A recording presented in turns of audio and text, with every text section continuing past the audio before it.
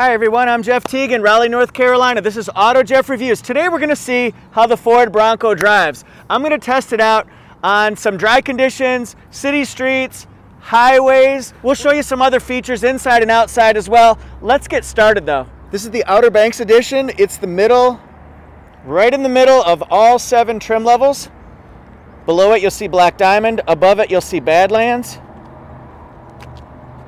So we're going to just get a look at this. I've done a full walk around video, interior, exterior, tutorial on buttons, controls, and dials on the channel as well. I'm going to put a link up there so that you can see exactly what it is. As a matter of fact, you'll see videos on AutoJeff Reviews comparing this Outer Banks trim level to the Badlands trim level. You'll also see my list of favorite gadgets, features, and technology in the Bronco. So I think we've got 4 videos coming. I'll put that at the end, the playlist for that, at the end of the video. Or you can just search under Ford Bronco. But take a look here.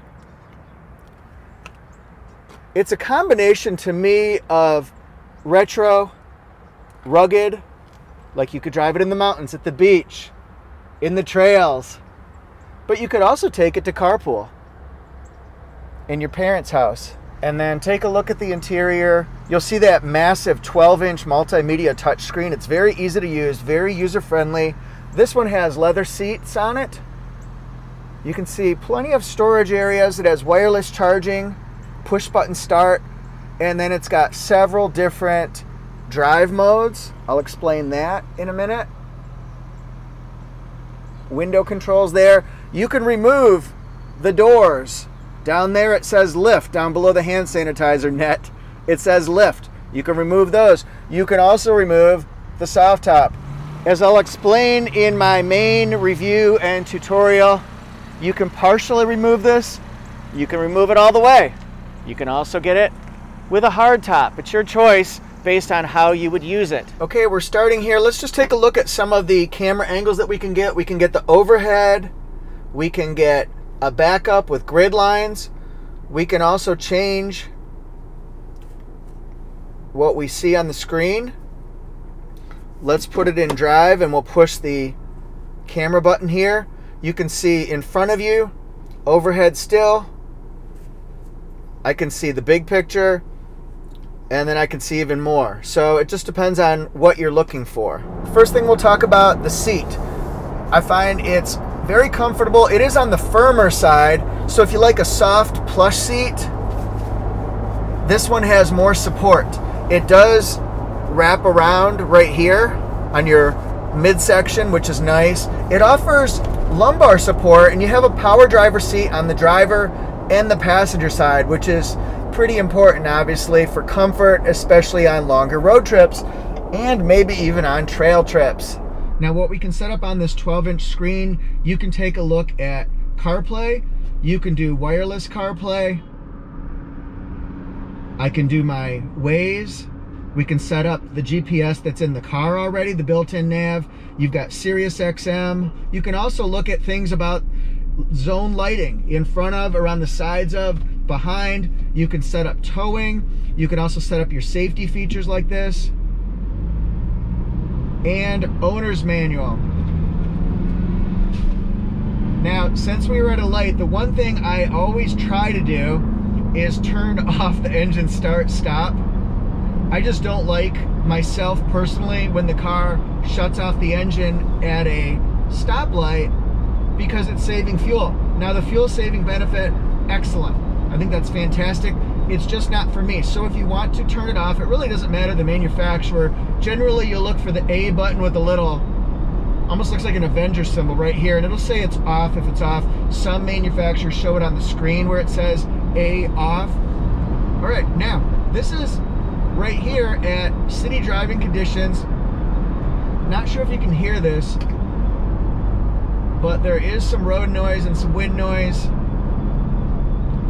That'll be because of the soft top. So the benefits of the soft top are obviously huge, and they're very self-evident. If you want air, if you want to be getting the wind and the sun on you, that's a perfect thing to do. Partially open it all the way, take it off, however you want to do it. Bliss. Right there, the blind spot monitor indicator. It went off because that Chevrolet there passed me. Can you believe it? Getting passed by a Chevrolet. Crazy. But anyway, it lights up right there in your mirror so you can just see, and it lights up bright enough orange where it catches your attention, and it's also a good second opinion when you're getting ready to turn or change lanes, or on the passenger side, same thing. Now for trails, right here we can lock the back end. Got the rear locker, trail turn assist, and also you can turn off traction control. Those things could be beneficial if you're trying to get through obstacles along a trail. Maybe you're just stuck and you want to spin around, or if you want to do donuts in the parking lot. Now I would expect to get an average of around 20 miles per gallon, 18 in the city, 22 on the highway with this configuration. Right now, my current average is 19.7. And I'm going to switch lanes here. Really, the big determination is how you drive it. If you're a lead foot like this, you're going to get worse gas mileage. If you baby it, drive it conservative and average, you're going to get better gas mileage. Now, on a road like this, I might choose normal, which I'm in right now. I could also switch it to eco. If I want better gas mileage, I want to improve on that 19.7, well, I would put it into eco mode. You'll feel a little bit less on the throttle, but if you want a little bit more on the throttle, I'm going to pop it into this gear one more time. We'll go over to sport mode. Now listen to it.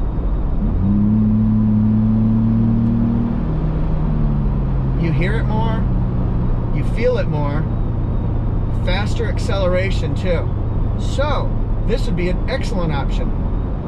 If it gets rainy out, which is going to do most of the day today, it could be in slippery mode or slush-like conditions, that type of a thing. Maybe even ice at lower speeds, you could do that as well. I also find it very interesting that if I want to up and down the windows, that's a great way to say it. Well, I'm going to use this center console right here because remember the mechanism for the windows, it's not on the door because you can remove them, so you don't want the mechanism on the doors if they're not even in the vehicle. I think it's cool that you can take these doors off and you can store them in the back. Take the top off, store the doors right there. You don't have to put them in your garage. That's a huge benefit. Now, I'm using a GoPro right now in the front windshield, but if I want to have a GoPro mount right here, I could easily do that, and we've got USB chargers right there, so that's a big benefit. There's also a wireless charging pad for your phone right down here as well. Good stuff, my friends. The steering wheel, it's a good size. Feels about right for this type of vehicle. It's grippy, which is nice. And the controls are relatively easy to find and use. I've been using the radar cruise control quite a bit on the highway as well. And as I prepare to get onto the highway, what am I going to do? Well, I'm personally going to put it into sport mode because I want to show the acceleration here. You'll hear the vehicle, you'll feel the vehicle, and we'll see just how quickly we can get it up to highway cruising speeds here, my friends.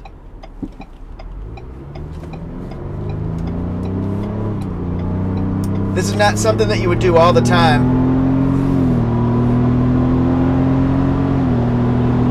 And we're already up to 70.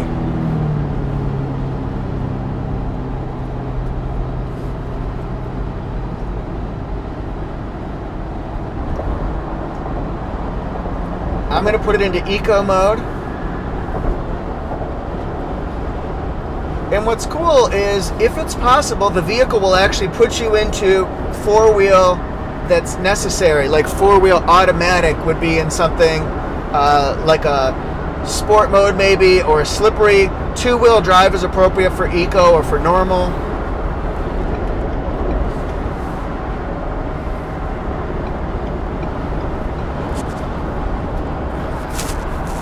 I'm going to go ahead with the soft top. I'm going to hold the mic up.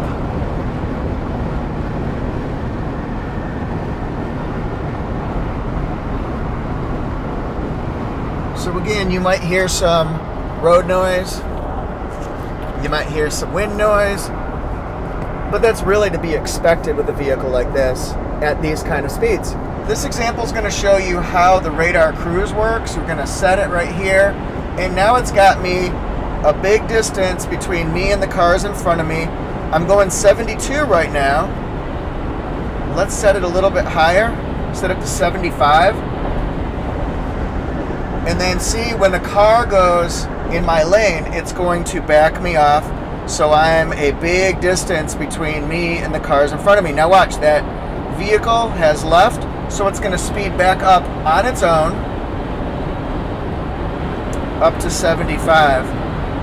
And when a vehicle gets in my way, it's going to back down again. It's a good way to take your foot off the accelerator pedal, so that you can maybe stretch your legs a little bit on a road trip, that kind of a thing. Now watch, that Civic's in the way, it's going to back me down.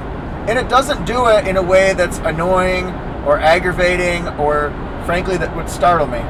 To me, the vehicle drives very nice at highway speeds.